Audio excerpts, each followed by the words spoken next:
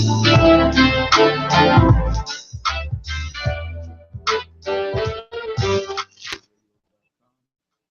here with Mr. Tim Lee. Mr. Tim Lee, thank you for being here. Thank you for having me. Appreciate you traveling and going through us. So we're great that you're here. Mr. Guest for us. I've known him for a number of years. A lot of things I did know about him. I'm looking at your resume and your bio, man, and you got a lot of stuff going on. What you're doing, what your future plans are, where you've been, everything about you. So give us a little background of who Tim Lee is. Yes, sir. Well, I am originally from Atlanta, and I grew up there for all of my years. I was raised alone. Two sisters in the middle. Okay. Okay. That's because with the so maybe that's something we can just keep going. And I graduated from high school in the year 2000, and I decided to go to Hampton University, where I studied English. Okay, good. I had actually aspirations to be a bilingual lawyer. Oh, really? And I studied Spanish as a major concentration. So I had an English major and then minor concentration. So you still hablo español? Un poquito. Oh, okay, poquito. That's it for me. And that's it. It's true. I think when they say if you don't use it, you lose it. That's true. That's true. So after Hampton, I decided to go to the Samuel DeWitt Proctor School of Theology. Part of Virginia Union. Yes, Virginia Union University in Richmond, Virginia. Right. And I got a Master of Divinity degree. Okay, and great. Started in 2004. Actually, becoming as a youth minister. Oh, okay. So I've been a youth minister since 2004. Okay, wonderful. So let's start with the preacher part. Okay, because sure. you have so many lives. You're kind of like schizophrenic, for lack of a better word. There are many avenues to Tim Lee. Let's talk about the preacher. Yeah. Well, my father is a minister. Oh, okay. And ever since I was a boy, I remember going to church and listening to him preach. Even to this day, he is my favorite preacher to hear. Oh, that's wonderful. I would also sneak downstairs on Saturday nights to look at his notes and to see how he, started together the sermon. Exactly. Yeah. Oh, wow. And so he's a storyteller. I'm a storyteller. He tells jokes. I tell jokes. And much of my training has come from him, more so than it has even come from seminary. Oh, okay. As it relates to praxis. Now I've seen you in action, and I do know that you are a storyteller, and then you do invoke humor because I've seen you around young people, and they love you. They gravitate towards you, and their eyes are wide open, and you just paint a picture for them, and that's a wonderful thing, especially with the youth of today. So I say that to say that the church has shaped me. It has created me in a real sense. I sing, I speak, I'm charismatic. Those things have come in a real sense from my being reared in the church. Okay, great. And I think in my heart it has been, impressed precepts and the living, put a stamp on you. Exactly. Okay. Yeah. What's the most difficult part about being a? Well, I think the most difficult is more so interacting with the people. And I think a lot of the people believe that, you're working for God, you don't need any money. Yeah, you're working for God, you just need to, do all this stuff. And I think they think, how they say people, money grows on trees. They think that money grows on trees. Not only that, but time and energy is just unlimited. Sure. And I think that there, in many cases, if people are not careful, it can be an abusive relationship, church and the minister. And I've never heard it put quite that way, but it makes a lot of sense. Someone told me years ago, church people will kill you. They said church people will overwork you. And sometimes it's usually the one who does the most is the one who's called upon the most to do the most. So I definitely understand that. What's the most rewarding thing about being a preacher? Well, the most rewarding is seeing the seeds that have been planted grow. And much of the growth, however, doesn't happen in our lifetime. but you can see components of it growing and people coming back and saying thank you. Okay. And those kind of things. Those like lives you touched, yes, and yes. those that you've made an impression on. Yes. Okay, great. Wonderful. So we're going to go from preacher to teacher. And they kind of can be interchangeable. You know, I see a preacher as a teacher in a lot of regards, and I see a teacher in some regards as a preacher. So what can you tell us about your teaching aspects? Well, I think that I am a teacher at my core. And even in preaching, for me personally, I use it as a teaching moment. Okay. The preaching is a flat-footed standing, speaking of the truth through personality as it relates to the Holy Writ. Okay. You know, the word, right? But teaching is, you know, uncovering and unearthing the truths and depths and going deeper than some preaching does. Okay. That makes sense. Yeah. I like to believe I'm a teacher in every aspect of my life, where some of the T-shirts I wear are thought-provoking. Exactly. Yes, I understand. And make you think at all aspects of your life. That's an interesting point, because I think as we deal with people and as we gravitate toward people, we should always leave them with something, leave a little bit of ourselves with them. So if you can do that through a T-shirt, through a word, through a sermon, through even a formal educational experience, you've done a great thing. Yeah. Okay, great.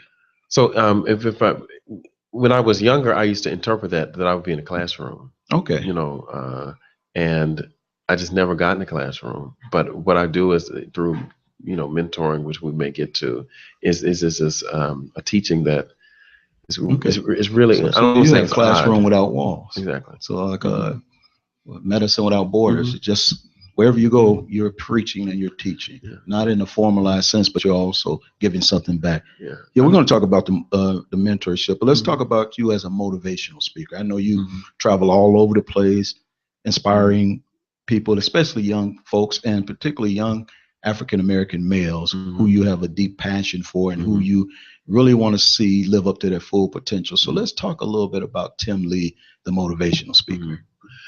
Well, you know, and I also want to talk about your organization as well. So if you want to tie that in as well. Everyone isn't a Christian and everyone isn't in church. Okay. And, true. You know, when you have a heart for a demographic that you don't reach in your, you know, day-to-day job, you have to create space for and opportunities to reach them. Okay. And what I have found is I've been speaking longer than I've been preaching. Okay. I took as public speaking class when I was in the 8th grade. Okay. My teacher saw potential in me and entered me into a contest. Then I won, and then I started to, you know, and the legend was born. Okay. And so I had many contests in 8th grade. Then I did a lot of contests in high school. I represented the state of North Carolina in Texas during a competition that even to this day, I think I still should have won. No. Oh, really? What place did you come in? Well, I don't even know, because I didn't get first, second, or third. So it didn't matter. Okay. But I think it was a miscount. That's what I attribute to. Right. And then after college, I had the opportunity to speak to my graduating class. Oh, okay. And you know, there is a video that has been circulating on Facebook where I was reciting at the end of my speech, Sherry Scott Novia's ABCs of Life. Okay. And that's gotten. You remember any of that? I do. Give us a little bit. Just of a that. few Just of them. A little bit. You know, but you take the A is accept the challenge. Okay. B, believe in oneself. Okay. C, convert your thoughts into hopes. And D, have the determination to convert your hopes into dreams. Oh, I like that. Yeah, I like that. There. I should have been writing it down. But I was trying to get it. That's great. But after that, though, a lot of people started to, I think 2 or 3 years ago, Don McKirkland shared it. Oh, really? Puff Daddy shared it. Wow. Just a whole lot of celebrities were sharing it. And then people were asking, well, where did it come from? Is he now? Oh, okay. And that's how I actually got a chance to meet the woman who wrote them in 1994. Oh, okay. And so I've used them in 2004, and now we are seeing how we can work together to get this message out. That is wonderful. And you never know who you impact or who you touch or who, even at some high level or some famous level, or some people with other influence that are going to come full circle with what you did just for the sake of doing it and for the sake of influencing those who are right in front of you. Now, Donnie McClurk and Puff Daddy. So the spectrum is kind of all over the place. That's wonderful. That's wonderful. So do you do a lot of motivational speaking now?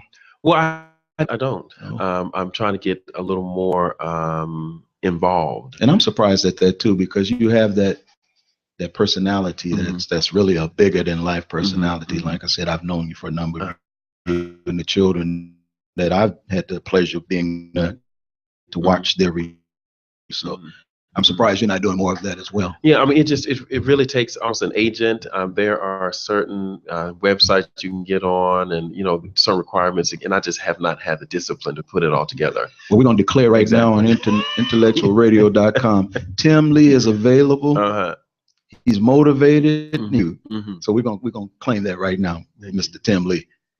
You do a lot of leadership things in the community as well as with youngsters. Again, tell us a little bit about the leadership aspect of your life and what you're involved with, and who you're doing it for, and most importantly, what's the purpose of you being involved in the leadership programmatic aspect of your life?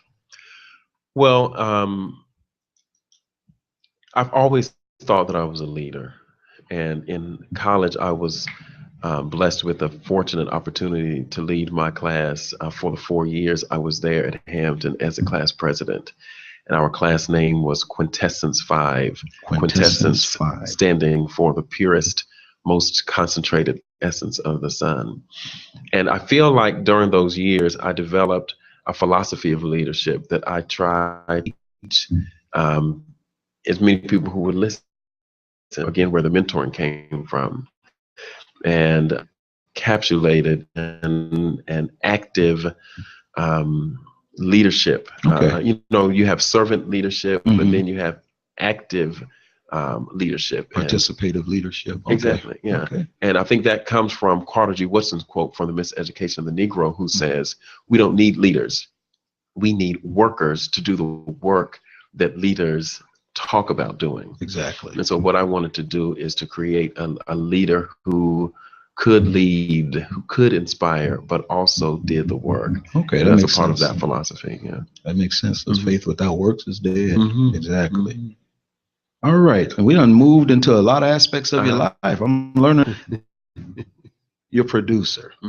You've done some things, and you've always, as you said, and I know you've been a creative soul your whole life, and you're now developing that and coming into your own with that, and realizing that this is where you need to be and where you're supposed to be, and your God-given abilities and your God-given spiritual gifts are related to your creative aspect of how you present education, motivation, inspiration, and all of those things kind of combined.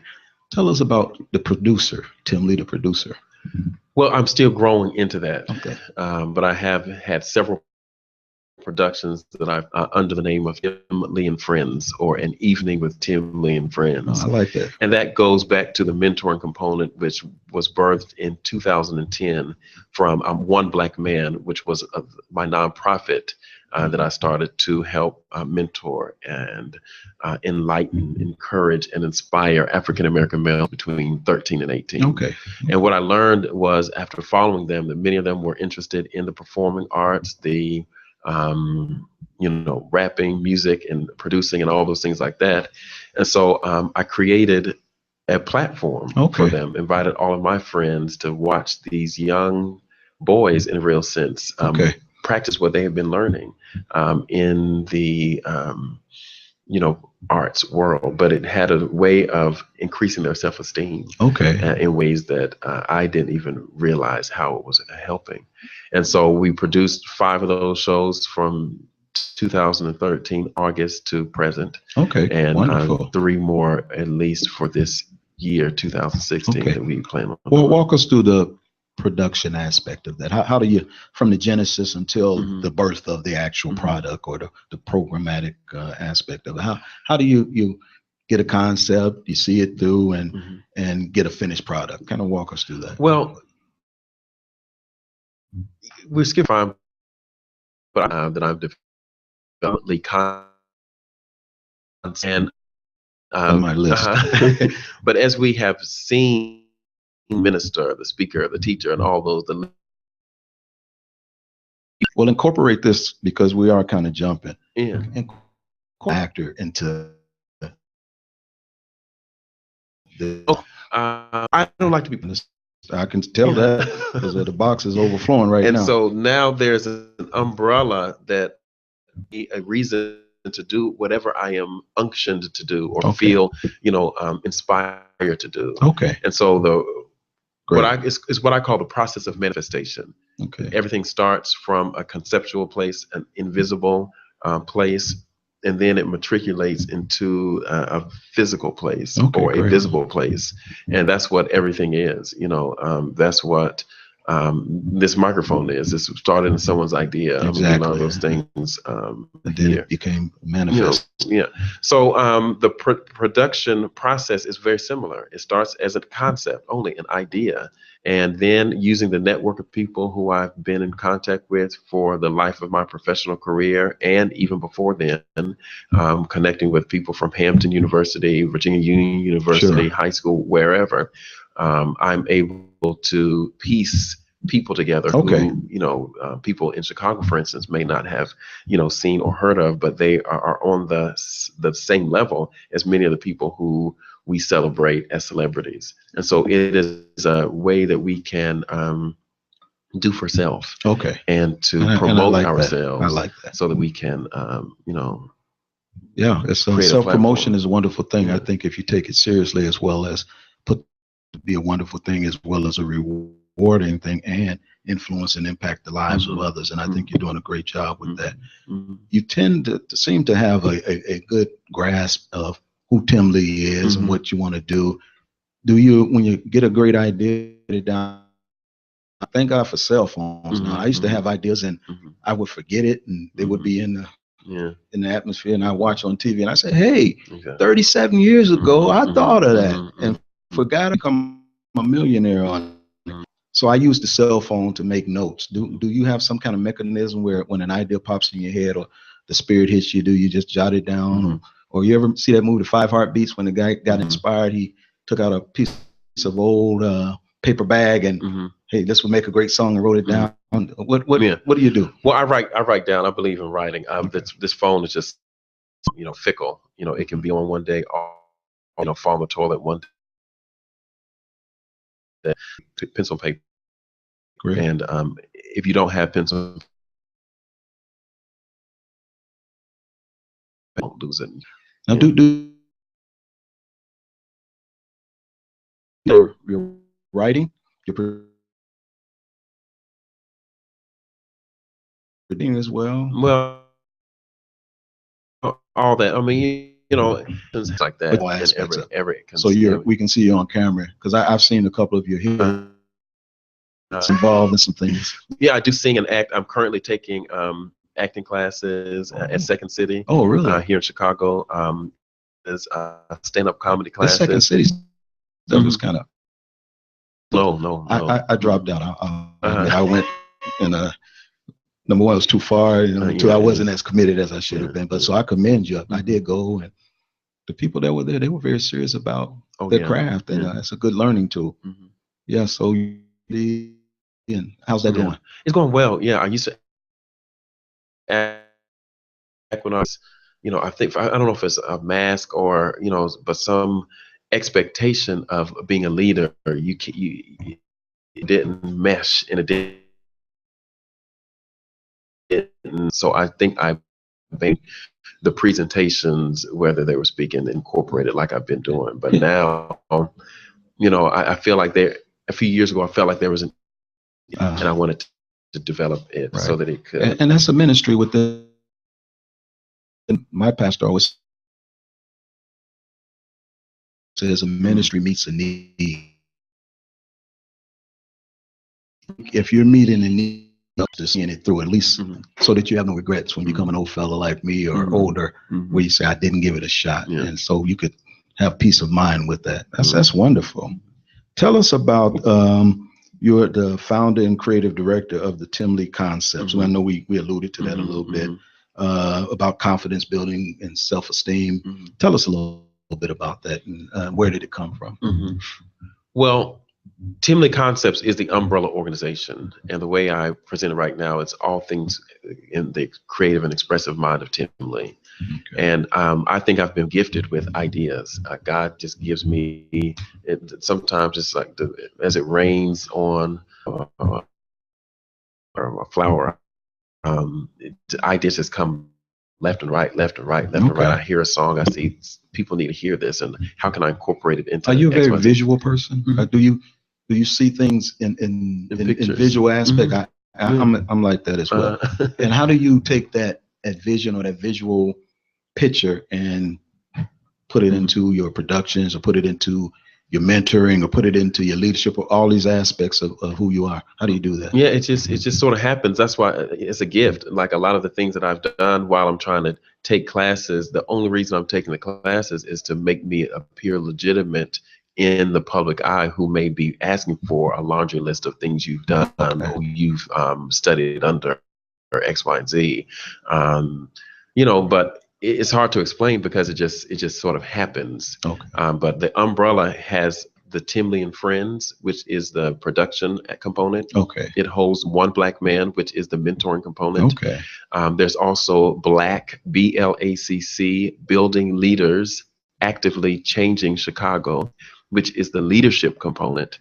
And then, there are other components that have not yet been created, the Tim Lee Experience, or so we got a whole Tim Lee brand going on here. Exactly. So we start with Tim Lee, and then under that Tim Lee moniker, we got all different aspects. So you kind of want to touch a little bit of everything under Tim Lee. Exactly. That's great.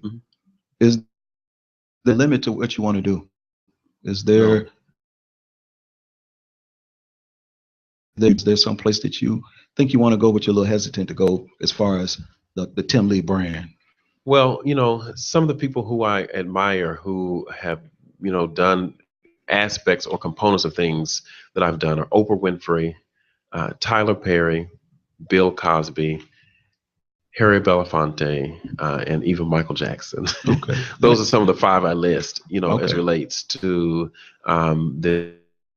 they've reached, the message that they send out, the standard of excellence, and how they have been able to inject culture in a positive way, and to affect people and for generations. So that's a lot of what I want to do. So instead of complaining about things over and over, we're not represented in the media. We're not, I don't want to complain anymore. I don't want to just preach about it. I want to do it. Either don't or do. But exactly. Yeah, that's like the old definition of trying. Don't try. Either be or don't be, but make a move. You went to Hampton. How was that experience? Now you're currently, if I may say, you're working for Chicago State University, and some say that it's a historical Black institution. We talked about this off air, that because of the history of the location, it's not necessarily considered that. What is the difference or the similarities between the Hampton and a historical Black college university or a Chicago State? Is there some semblance? Well, the population that it serves is similar. Chicago State, at Chicago State are recipients of financial aid, the vast majority, which indicates a financial need. At Hampton University, the school is a lot more expensive, and may vary as relates to the class, even though all are, or predominantly, the numbers are majority Black. Hampton University changed my life. It was one of the best experiences that I have had in my formative years. And I don't think that if I was not as involved and in the way, I don't think I'd be doing some of the things I'm doing now. But to be around just great, progressive, intelligent, forward thinking black people who wanted to make a difference and who wanted to change the world, and that is shaping you. There's nothing that I could have gotten from a majority school, no disrespect to them, that would. And I didn't have the fortune.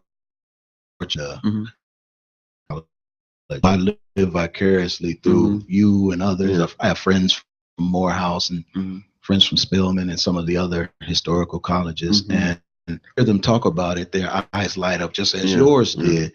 That the experience they received and the education they received and the embracing of the institution, and just to see people that look like them in decision-making positions and having true power really influenced their career choices. It influenced the direction their whole lives went into. So I really am proud of that. My biggest probably exposure was when I visited campuses, but also the TV show that Bill Cosby produced, The Different World. How that's why I went. that? That's why I went. That's why I went to a black school. Okay. And unfortunately, we'll now have College Hill, or no, not even now, but that was a few years ago as their example, which might be a part of the reason the culture of partying has ballooned into what it is. But at Hampton, they have what they call an education of the head to the hand, and it indeed has been that in relationships you build is beyond explanation. And so one of the similarities between a Chicago State and a Hampton University is the talent, the raw talent that is in us. And if cultivated, we will be great. I mean, people should know. Started on. His mom was an educator at Chicago State at one time, I believe. I don't know exactly what her position was, but I know that she definitely was employed. So, it's not to say that this is better or this is better or this is worse or that we're comparing. I mean, when you put, black people together and create some sort of environment where they are free to learn the truth about themselves and the potential that are going to create the next generation of politicians, the next generation of entertainers, teachers, and everything. Wonderful. I know Chicago State is more of a commuter school. Since we did jump into Chicago State, in the news, and everyone's aware of the financial issues that you being an employee of the university as well as a supporter, what's your thought on that? How's the morale? You interact with the youth because you're part of the you're the director. You get to see them all the time. What's the climate like right now? If you're able to respond to that. Well, I think has failed to do his basic duty, which is to spend the taxpayers' dollars as in a way that would keep people in this. I think I read somewhere that the third is number 3 on a list where people are leaving. They're leaving satisfied with fill in the blank. I don't know what it is. Or this political game to be played at the people. And it's not just Chicago State. Chicago State is the smallest of all the state schools, having a population of around 4,500.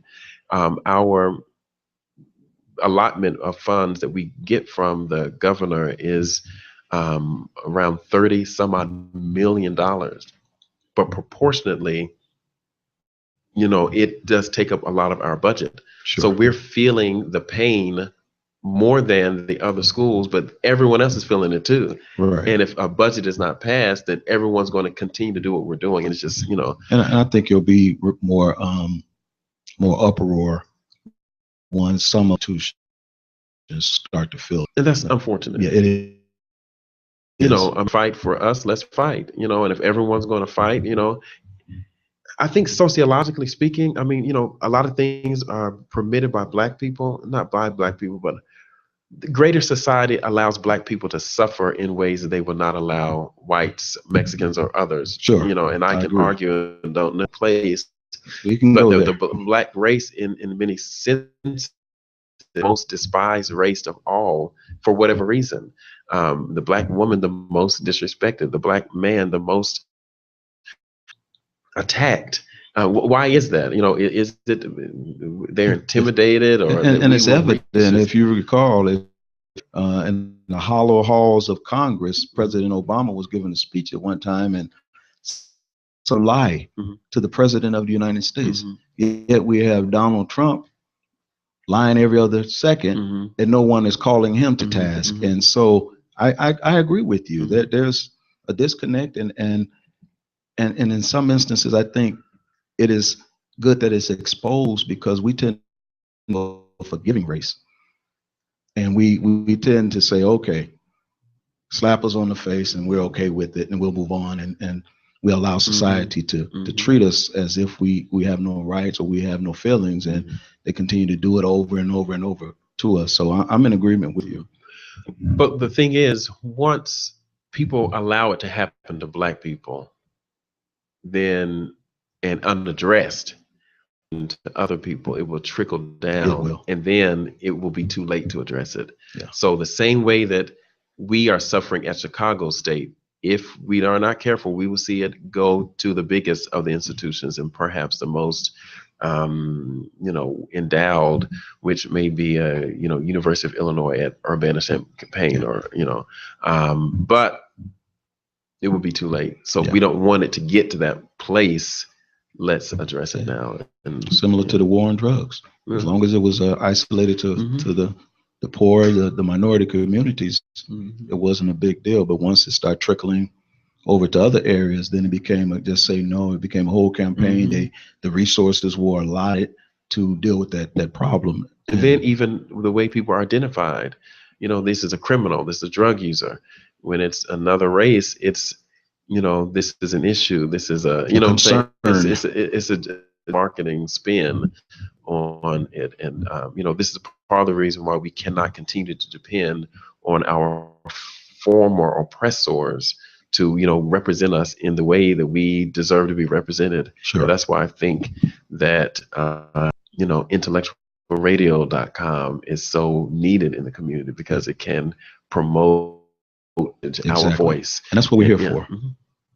Okay, I don't want to get on to a political tangent, because we can, and I don't see anything wrong with it, but I want to at least highlight some of the things you're doing. Talk to me about One Black Man Inc.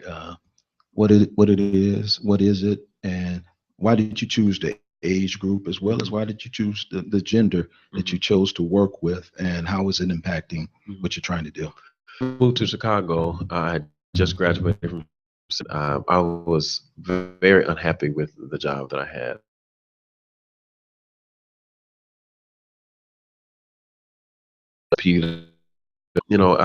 I'm more of a mover and a shaker. I like to move around, extrovert.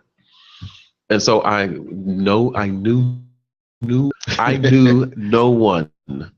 And so I would sit in my apartment, if I could, and I didn't together what would become one black man. And I chose African American males because, especially at that time in the early 2000s, there was a huge attack. Boy. Yeah. And so it moved from attacking the black man, police, profiling, to an attack on the black boy. And if my brother gave me a keychain for Christmas one year that said, if you want to help the next for a lifetime, help, you can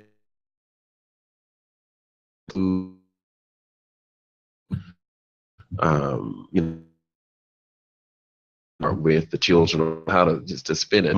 But so if there's an attack on the boy, there has to be something to reverse that attack. Yes. Which is a part of the reason why I was choosing the younger image. I didn't want to go too young in elementary school because the truths may be too too heavy you know for them to hold yeah, up. and too old. People may be set in their ways. So And I this is an stayed ironic age group because if we look at the Illinois Department of Juvenile Justice, this is the age where the youth are incarcerated. They start at 13. They can keep them until they're 21, but usually about 18. The average age is 16. So you're hitting that age group, that demographic that's very important because we need to get these guys, lock them in, give them some options, present those options, and help them go to the next level because after 18, the odds are slim and none that we're going to be able to reach them and effectively provide some type of guidance for them. So I'm very happy to hear about that demographic that you have. Why Chicago? You're a country boy. You were down in Virginia, living up sunny and warm winters and all of that good stuff. And you decided to come to the Windy City. Why? Well, after seminary, the job that I got was in Chicago. Okay. Did you actively seek a job in Chicago? Or just no, got it the wasn't first job that came out? Okay. Yeah, it was what I would call a miracle. So I'm blessed to have had it, and excuse me, and am appreciative for I did have it. And years. Okay, great. Director of Family and Community for the Woodlawn Community Development Corps. Tell us about that. Well, after I moved from my first job, I was with Metropolitan Apostolic Community Church, where Dr. Leon Finney is a pastor. And he, in addition to his duties as a pastor, he is also the president. Right. You know, he served as a mentor and still does for me. And really place in a space to do what I do with Tim Lee Concepts, but I was doing it with and for the Woodlawn community and with and for the church. And we created productions for the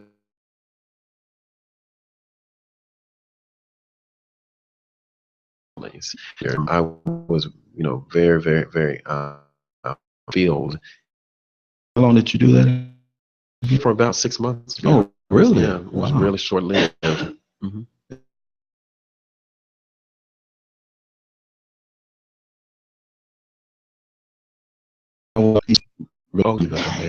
Well, the budget issues with the company made it so that they could not sustain, you know, me.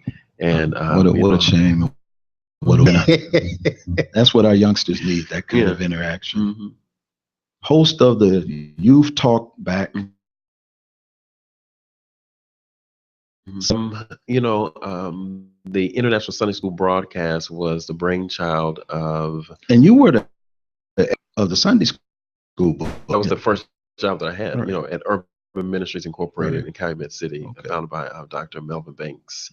But in the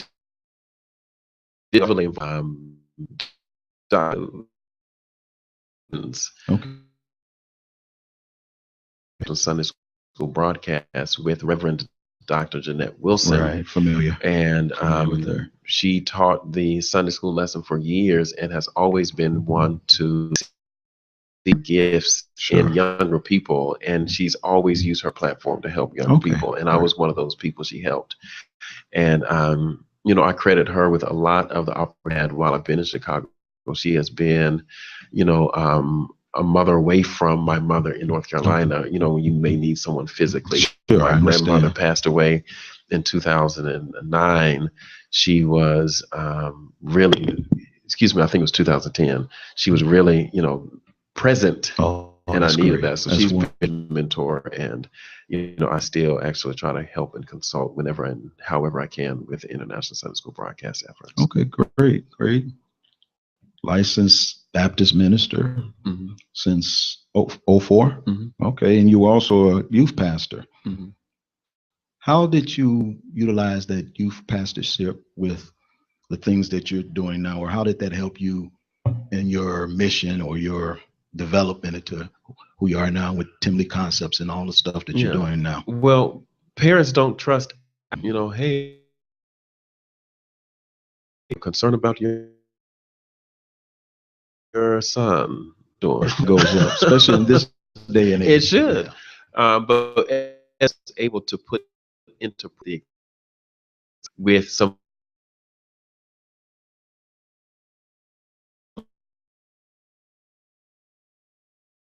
and so as you talk about and address, so I I was youth and children's minister. I don't want to even say almost. Okay. I think that's been a gift, where if you put me in front of adults, I will relate. If you put me in front of youth, I will relate. Children, I will relate, and I'm successful in all of those. Mm-hmm. With the violence and especially in Chicago these days, and you interact a lot with young people, what do you tell them from a but also standpoint of trying to keep them motivated and keep them looking forward and keep them not having a sense of, but what do you tell them, or how do you communicate that with them? And I'm sure they come to you with some of those questions or issues. Well, that's definitely a pack. Chicago is a place that is hard to, so inextricably connected to growing up almost. The way I hear it is you have to join a gang almost. I mean, it's really difficult not to in some high schools and stuff like that. So part of the work is the benefits of not in one. Well, if I don't, then I'm going to get beat up, or I'm not going to have this. I mean, so it's hard. I didn't grow up in that culture, so I don't know those things. But tackle Black violence, which is not necessarily limited to a killing, but it could be fighting. Stories that we tell. Biblically, you have the Cain and Abel story. Right. Are you your brother's keeper, or are you your brother's killer? Right. Then you have, and I often tell this, sitting in a park watching two squirrels literally fight. And I think they were fighting over an acorn or something like that. And something would just watch them. I never stopped watching them. It was a good 15, 20 minutes. The nature of conflict. Okay. And they fought and fought and fought. Long story short, they didn't kill him. The one squirrel didn't kill the other squirrel. But one got the acorn and the other one. But my point is, and the lesson I learned then was killing the way the humans who are supposed to be the most intelligent are doing. Yeah. And while dogs may fight, they are trained to fight. While roosters may fight, they're trained to do so. Even if you start thinking about the springtime and how that's a fight, but it's not necessarily a fight to the death. Sure. And that's rare that you see that in nature. So that's a lesson that we learned. Your community activist consulting with the Rainbow Push Corp organization. Tell us about that. Well, and also about STEAM rather. Well, the Rainbow Push Coalition is a force in Chicago that is unfortunately taken for granted, I'd say. They say a prophet is never accepted in his own home, biblically speaking. And Reverend Jackson, who has fought for, Black people and all people for, in a real sense, the life of his public career. Yes, he has. Is fighting to show the relevance of an organization like People United to Serve Humanity. Sure. Do you think he's underappreciated? Yes, definitely. I think he brings so much to the forefront. You can have your opinion one way or the other, but Reverend Jackson brings a lot of information to our community that, if not for him, we would not receive, or we would not have exposure to. I didn't mean to cut you off. So when I first moved, I got involved with the organization, Wilson, and I started to work and build and start, try to build the demographic of the, young professional and introduce them to the organization. And ever since then, it's been an ongoing kind of consulting basis. And last summer, I was privileged to lead the arts component of the STEAM program.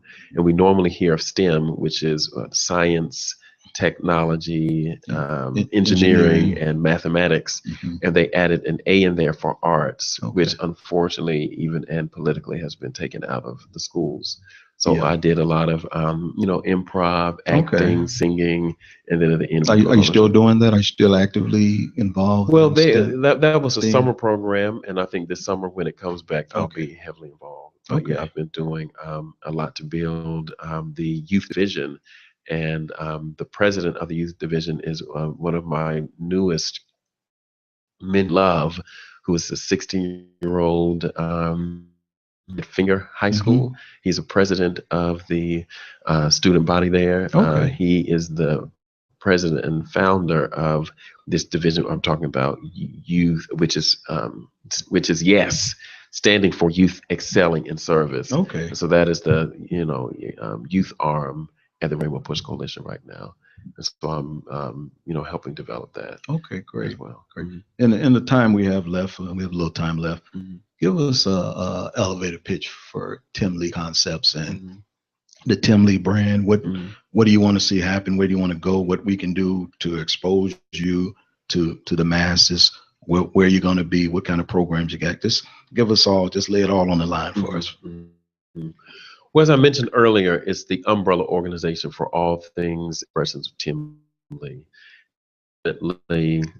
I see Tim Lee Concepts becoming something that is a combination of all the people who I admired and mentioned earlier. Oprah, namely Oprah Winfrey, Bill Cosby, and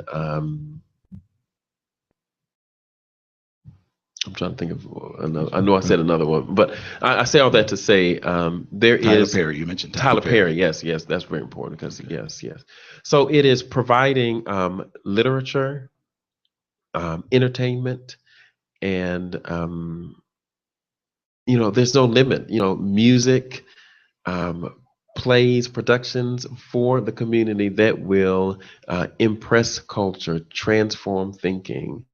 And it sounds like you're about empowerment as well. Oh yes, I think that's if I get nothing out of everything you said, I think empowerment is a key to who you are and what you want to see happen. Empower our people to learn from their history, influence their future, and deal with their presence. That's wonderful. Where can we get more information about Tim Lee and everything that Tim Lee is about? Can you let our listening audience know where we can gather some information about you, or where we can go to get that information? We have a Facebook page, Tim Lee Concepts. It is searchable and findable via Facebook. I'm in the process of working on a website which should be up and running before the summer hits. So this spring, that's one of the projects that we're going to finish and finalize.